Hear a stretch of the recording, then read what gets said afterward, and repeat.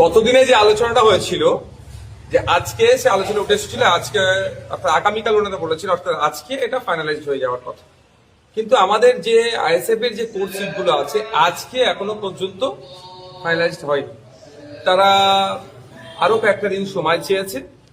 আমরা আমাদের অবস্থান ক্লিয়ার করে এসেছি যে আমরা প্রয়োজনে অনেকটা স্যাক্রিফাইস করতে প্রস্তুত আছি, সেটাও বলেছি কোথায় কোথায় আমরা ছাড়তে রাজি আছি, কিন্তু আমাদের কোর সিট আমরা কোনো মতেই ছাড়তে পারবো না।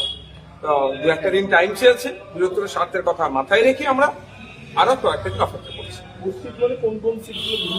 দেখুন, সেগুলো যখন আমরা পাবলিক ডোমেইনে নিয়ে আসছি না, আমরা টোটাল এই জোটের অবস্থানটা একটা দিন তো ফাইনালাইজ হবে।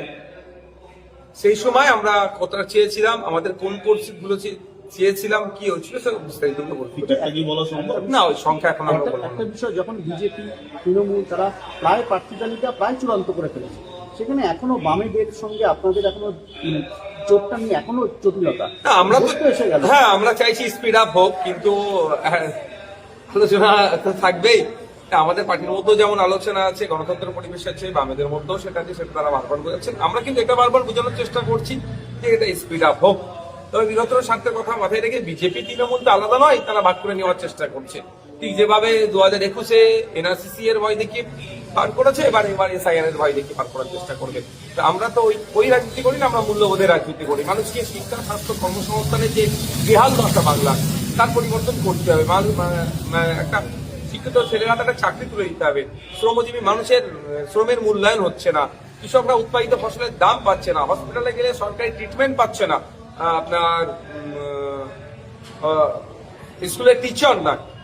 এই যে অব্যবস্থা চলছে, এই অব্যবস্থা পরিবর্তন করার জন্য স্যাক্রিফাইস করছে। আরেকটা বিষয়, যে মানে সমস্যাটা কোথায়, মানে সিপিএমকে নিয়ে নাকি শরীরকে নিয়ে? না, ওটা পার্টিকুলার ব্যাপার না। আমি বামেদের সাথে তো আমরা জোট করতে এসেছি, বামেদের সাথে কি আলোচনা হচ্ছে সেটা বলছে। বামেদের সাথে যে আলোচনা দাঁড়িয়েছে সেটা হচ্ছে আমাদের কয়েকটি কোর্স, আমাদের যে কোর্স সিট গুলো আছে সেগুলো নিয়ে এখনো ফাইনালাইজ হয়নি। বাকি সিট গুলোর অনেক একটা অংশ ফাইনালাইজ হয়ে গেছে, বাকি যেটা আছে সেটার জন্য আমরা অপেক্ষা করছি।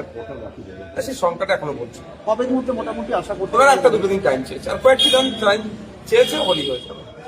তবে আমি আশা করছি যে আমার এইটা 2 দিনের মধ্যে উনি করে দেবেন। আরেকটা বিষয় দেখা যাচ্ছিল, গতবার আপনারা যেখানে প্রার্থী দিয়েছিলেন ফরওয়ার্ড ব্লকও দেখা যাচ্ছিল সেখানে প্রার্থী দিয়েছিলেন, এরকম কি না?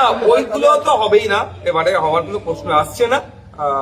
এক নম্বর কথা। দ্বিতীয় হচ্ছে এই জন্যই এত আগে থেকে আমরা শুরু করেছি। আইএসএফ এত আগে থেকে কেন জোট শুরু করেছে, যে এই জন্যই যে গতবারে যে জায়গাগুলো ফাঁক করছিল বা প্রচার প্রসারের ক্ষেত্রে বুথ স্তর পর্যন্ত নামানোর ক্ষেত্রে যে সমস্যাগুলো ছিল, আর না সমস্যা